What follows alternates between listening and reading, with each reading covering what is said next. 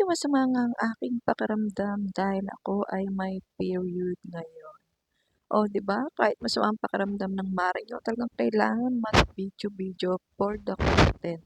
Nilalagyan ko nga ng ointment yung aking puson dahil sobrang sakit at talagang hindi ko na talaga matiis.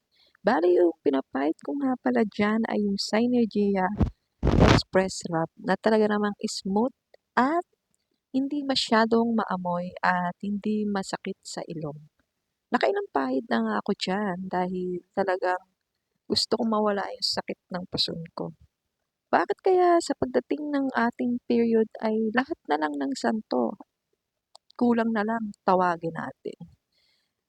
At gano'n pa rin nga ang nararamdaman ko, masakit din ang ulo ko, gusto kong nakahiga lang maghapon at nakadapa.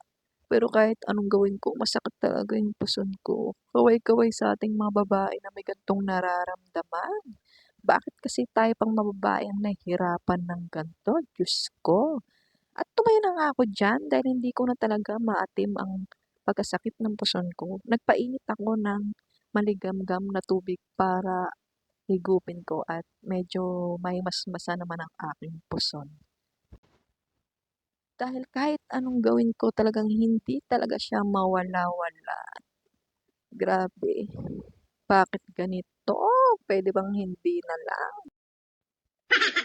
Bakit kaya tuwing nagkakaroon tayo ay ayaw nating kumilos at gusto lang nating nakahiga maghapon?